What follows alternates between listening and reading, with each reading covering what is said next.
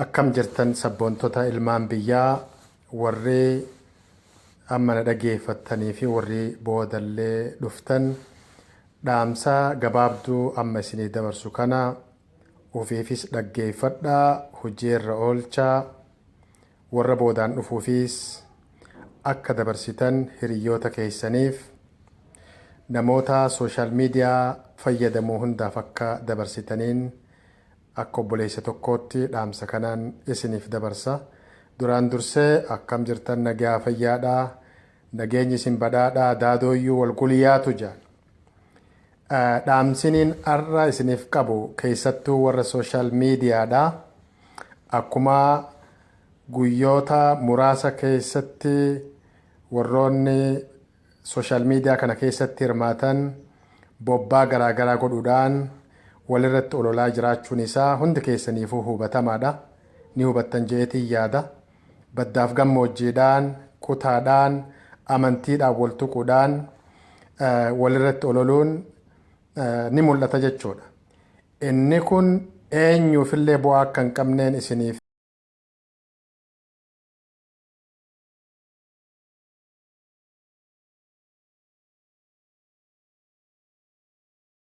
yoo diina humni eeyse malee Oromoo tokkollee humni eeysuudhaaf, Oromoo tokkollee jabeessuudhaaf akka bu'aa takkallee hin qabneen isiniif ibsuu barbaade akka nama tokkootti. Yoo diina goobse malee Oromoo goobsuu akka hin dandeenyeen isinii mirkaneessuun barbaada. Eenyulleen eenyummoo hin danda'u. Oromoon Oromoo ofii wal cabsitee diina akka goobu godhu yoo taate malee bu'aa takkallee akka nuuf hin qabneen isiniif ibsaan jira. Tokkoffaa namni amantii qabu, amantii Islaamaa, Kiristiyaanaa, Waaqeeffataas tahe kan birootis namni amantii qabu amantii saniif jecha namummaa eeggata. Namni Oromoo tahe tokko immoo safuu eeggata. Arrabaan wanni qaceelchan tokkollee hin jiru. Arrabaan namni waan tokkollee qaceelchu tokkollee hin jiru. Jaalalaan moota, jaalalaan qaceelchita, barumsaan qaceelchuu dandeessa, gorsaan waa qaceelchita malee arrabaan eenyulleen eenyuun qaceelchuu akka hin dandeenyeen isinii ibsuun barbaade. Inni duraa ati achitti dhalattee, ati asitti dhalattee, ati gammoojjiidhatti dhalattee, ati baddaadhatti dhalattee, bakki namni itti dhalatu bakkuma rabbiin itti nama uume jechuudha. Saniin uffaarsuu, saniif ufdhaaduu, ufarrabsuu, walarrabsuun bu'aa takkallee akka hin finne akka diina huqqatee jiguudhaaf deemu kana gabbisuu barbaannu, beekaa haa ta'u wallaalaan isa goobsuu barbaannu waan kanaaf akka gumaachaadhaa jirru uf qoba qabaachuun akkaan gaari. Kan qabsoo godhuus qabsoo isaa godhuudhaan, kan ummata jaarus ummata isaa jaaruudhaan, kan propaagandaa diina irrattis godhu propaagandaa diina irratti godhuudhaan karaa adda addaatiin qabsoo isaa finiinsuun alatti Oromoon Oromoo irratti yoo duule eenyulleen eenyu akka moohuu hin dandeenye isinis ni beektan, Oromoon hundinuu ni beekti jeetiin amana jechuudha. Kanaaf Rabbi sodaadhaa. Warri amantii qabdan Rabbi sodaadhaa. Warri Oromummaa keessanitti amantan safuu Oromummaadhaa san sodaadhaa. Lafee akaakilee teenyaa, lafee abboowwan keenyaa ka irbuu walii seenanii bilisummaa saba isaaniitiif jecha wareegamanii lubbuun isaanii qaaliin dabarte. Ka ammas wareegamaadhaa jiran dhiiga Oromoodhaa baddaaf gammoojjii osoo hin jenne, amantii kanaa san osoo hin jenne dhiigni Oromoodhaa Oromiyaa guutuu keessatti lola'aadhaa jiru. Lubbuun ilmaan Oromoodhaa kichuu citaadhaa jirtu. Nuti har'a biyya alaa keessatti bishaan qabbanaawaa dhugaadhaa, nyaata barbaanne nyaachaadhaa, reefka isaanii awwaala isaanii irratti ati achitti dhalattee fi asitti dhalatteedhaan walirratti duuluun dhiiga isaaniitti waan qoosaa jirru fakkaata jechuudha. Yoo asirratti propaagandaa arraba walirratti oofne sun qabsoo ta'uu waan danda'u natti hin fakkaatu. Yoo dogoggorri jiraate, yoo rakkoon jiraate Oromoo jidduudhatti, yoo dhaabarratti rakkoon jiraate quuqama qabaanne bakka jirrutti qeequu mirga guutuu qabna. yoo bira dabree badiin hamtuun jiraatte manguddoodhaan gahachuun jiraachuudha qaba akka aadaa Oromootti akka safuu Oromootti caayaadhaan gahachuun yakka akkanaattu ebaluun irra dalagame yakka akkanaattu jaarmee akkanaa irratti dalagame jaamee caayaadhatti manguddoodhaan gahuun ni danda'ama yoo dhugumatti Oromummaadhaaf ka dubbannu taate jechuudha. Dhuguma Oromummaa saniif yoo kan dhaabbannu taate badiin akkanaa dhalattee jirti jennee manguddoodhaan gahuu danda'uudha qabnaadha. Yoo sun dadhabame gaafa bilisoomne namni hundinuu seenaa ofii barreeffateeti qaba. Gaafa bilisoomnee dirree bilisaa irratti nam tokko tahee jaarme haa tahee murna tahee abbaa fedhee haa ta'u galmee seenaadhaa irra kaayyannee dirree bilisaa irratti sodaa takkaan maletti seenaan abbicha sanii seenaan namoota sanii seenaan murna waa balleessee sun dubbifamuudhaaf ta'a jechuudha. Hangasiifuu walafachuun hangasiifuu wal eeggachuun akkaan barbaachisaa natti fakkaata. Rabbii keessan sodaadha waaqa keessan sodaadha safuu Oromummaadhaa eeggadha. Har'arraa eegalee maqaa Oromummaadhaatiin maqaa waaqaatiin maqaa rabbiitiin isin gaafadha. Warroonni sooshaal miidiyaa keessatti bifa gandaatiin bifa murnaatiin sababaa jaarmiyaa jechuudhaan walirratti ololtan diina gabbisuudha ta'a. Walirraa dhaabaan isiniin ja'a. Yoo yaanni kun isiniif ta'e yoo tokkummaa Oromoodhaa jaallattan qeeqmayni lafatti ufii qaamaa walitti dhufnee wal qeequudha qabnaadha. Waan kana keessaa ka faayidaa argatu diina qofaadha. Oromoon tokkolleen faayidaa waan argatu natti hin fakkaatu. Kanaaf kanarraa of qusannee wal gorsuudhaan wal qaceelchuudhaan badiin jiraannaan suduudhaan bakka jirrutti hundi keenyaahu wal qeequudhaaf wal qaceelchu barbaachisaadhaan isiniin ja'a. Namoonni waan kana dhaggeeffattan hiriyoota keessaniif sheer walii godhaa.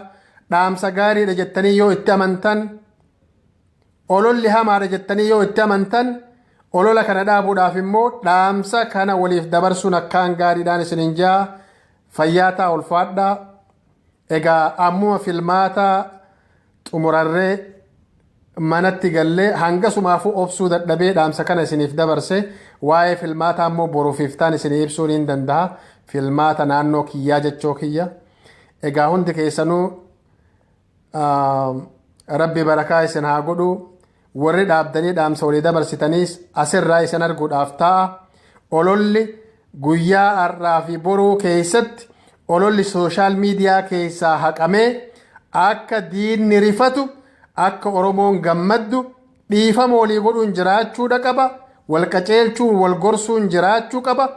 Diinni akka rifatu diinni akka huqqatu diinni akka rifatu akka huqqatu godhuun qooda keeti qooda kiyya qooda isaati qooda keenya hundaatu murteessaadha waan ta'eef amantiin kanatu caalaa santu caalaa kutaan kanatu caalaa santu caalaan bu'aa takkallee eenyuufillee hin fiduun isiniin ja'a. Yoo wayyaaneedhaaf bu'aa tahe malee Oromoodhaaf bu'aan tokkollee waan jiru natti hin fakkaatu. Dubbii olola akkasii walirraa dhiisaadha yoo barbaaddan deemaati diina dhawaa nurraa fonqolchaa. Diina dhawaa nurraa fonqolchaa dhiiroo. Ni dhageessaniimi yoo gootummaan isinit dhagiyame deemaa ummata biyyatti wareegamaa jiru wajji wareegamaa. Wareega keessan achitti gumaacha. Saniin alatti gaa sooshaal miidiyaa irratti wal barsiisuu, wal jajjabeessuu, wal ijaaruu, jaalala waliif gumaachuu. Ni dhageessaniimi aadaa gabbisuu, afaan gabbisuu, qabsoo irratti wal gargaaru, ummata keenyaaf sagalee ta'uu, dhaamsa waliif dabarsu. Kanaan alatti gaa wanni guddaan sooshaal miidiyaa irratti godhamu hin jiru jechuudha. Wal barsiisuu, afaan, aadaa, seenaa, eenyummaa keenya waliigalatti sagalee walii ta'u kana caalaa wanni godhan waan jiru natti hin fakkaatu. Saniin alatti badii dalagame kan ammoo seenaadhaaf ol kaayyadha. Yoo himachuun danda'ame manguddootatti naannoo jirtanitti himadha. Yoo himachuun danda'ame. Yoo dadhabame immoo guyyaa bilisoomnuuf eeggadha. Gaafa bilisoomne namni hundinuu itti gaafatamummaa ni qaba. Mana murtiidhaaf dhiyeessuu ni dandeenya. Dhaaba dogoggore, dhaaba waa balleesse, hoogganoota waa balleessan, namoota akka dhuunfaatti waa balleessan, Oromummaa diigan, Oromummaa balleessan, nama ajjeesan, ajjeesisiisan, basaasan, basaasisiisan kun hundi seenaadhaaf itti gaafatama jechuudha. Galmee seenaa irra kaayyadha. Galmee seenaadhaa irra kaayyadha. Yoo dandeenye garuu wal qabuun yoo danda'ame bakka jirtanitti jaarsatti himadha qaceellootti bakka jirtanii jechuun nama dogoggore dhaaba dogoggore hooggana dogoggore yoo agartan qeeqma irraa of hin qusatina rakkoon qabu. Qeeqmayni garuu sirnaan seeraan safuu eeggatee ta'uu danda'uudha qaba. Namni tokko yoo waa himatu arrabsaadhaa himachuun qabu. Yoo quuqaa qabaatte yoo gara hanquu qabaatte waa arrabsaadhaa hin himattu jaarsatti. Yoo immoo qabsoo taate bosonatti galaa dhiiroo. Saniin alatti ijoollee teenyallee waan hamaan barsiifnu dhalootatti waan summii dhalootatti hin facaafnu. Nama hedduutu dhaggeeffata, diinaatu dhaggeeffata, firaatu daawwata, ijoollee xixiqqootu daawwata. Waan kana barsiisaadhaa jirra. Cubbuu namni tokko dalageen yoo namni hedduun argate namni kunniin hundi cubbuu sanitti gaafatama jechuudha. Cubbuu safuu yoo cabse sababaa saniif namni hedduu yoo safuu sanillee cabse sunillee itti gaafatama jechuudha. Cubbuu horaadhaa jirra jechuudha. Cubbuu sanirraa wal dhorkuun akkaan gaariidhaan isiniin ja'a. Isinitti illee dheeressee namoonni dhaamsa kana dhageessanii bu'aa Oromoodhaaf ni qaba jettan bakka jirtanitti sooshaal miidiyaa kanarratti neetworkii ofii qabdanitti waliif dhaamuudhaan lafarrattis walii dhaabnee waan kanarraa wal dhorkuun akkaan gaariidhaan isiniin ja'a. Rabbi ummata keenya haa milkeessu. Ummanni keenya akkatti hin jiru dhiiroo guyyaa guyyaadhaan du'aa jira. Lafarraa afanii kopheedhaan irra deemaadhaa jiran akka barbaadanitti itti taphataa jiran jechuudha. Ummanni gadheen ummata gadhee kana tokkummaadhaan ofirraa kaasuudhaaf murannee xiiqii qabannee morka gora qabannee ka'uu danda'uudha qabna malee ofii as keessa deebinee akka waan furmaata ololaan waa finnu walirratti ololuun bu'aa takkallee waan fidu natti hin fakkaatu. Dhaamsa kana bakka jirtanitti walii dabarsaa ulfaadhaa. Na dhaggeeffachuu fi na daawwachuu keessaniif fayyaa ta'a. Waan kana bu'aa yoo ni qaba jettan waliif sheer godhaan isiniin jedhaa galatooma. Yeroo gaarii qabaadhaa.